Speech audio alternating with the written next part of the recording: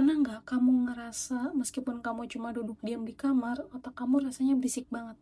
Ada suara influencer yang pamer pencapaian, ada debat politik di Twitter yang nggak ada habisnya, sampai tekanan buat segera balas chat yang sebenarnya ya nggak penting-penting amat sih. Kita hidup di era dimana perhatian kita adalah komoditas. Setiap detik kamu scrolling, ada perusahaan besar yang makin kaya. Sementara kesehatan mental kamu perlahan terkuras habis. Selamat datang di era kebisingan digital. Hari ini kita nggak akan bahas cara hapus sosmed secara ekstrim, tapi kita akan belajar satu seni untuk bertahan hidup.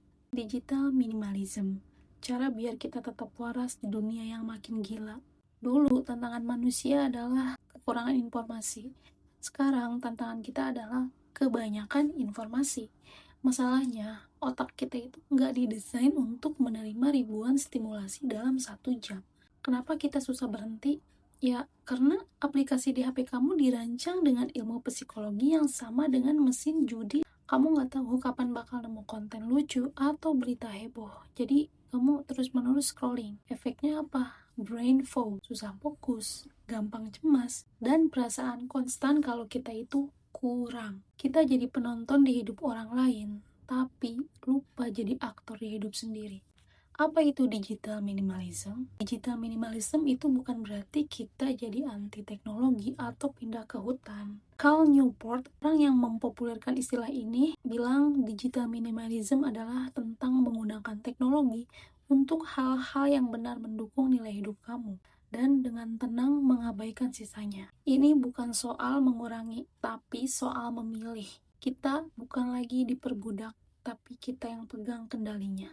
Oke, 3 langkah menuju waras. Yang pertama, reorganisasi slot waktu. Berhenti buka sosmed setiap ada notifikasi, tentukan waktu khusus, misalnya hanya jam 12 siang dan jam 7 malam. Di luar itu, handphone adalah alat komunikasi, bukan alat hiburan. 2.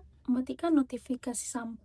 Coba cek pengaturan HP kamu sekarang. Berapa banyak aplikasi yang diizinkan menginterupsi hidup kamu? Matikan semua notifikasi, kecuali dari manusia asli, seperti chat penting. Kamu nggak butuh tahu siapa yang baru live atau siapa yang like foto kamu secara real time. 3. Tentukan zona tanpa layar. Ciptakan ruang suci di rumahmu, misalnya meja makan dan tempat tidur harus bebas HP. Kembalikan fungsi tempat tidur untuk istirahat, bukan untuk adu argumen dengan orang asing di kolom komentar.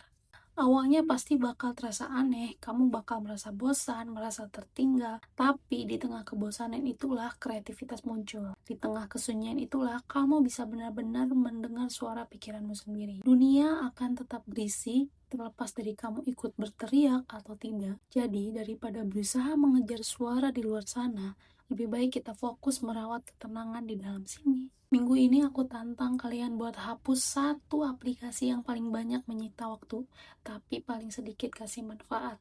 Tulis di kolom komentar aplikasi apa yang kalian hapus dan gimana rasanya setelah itu.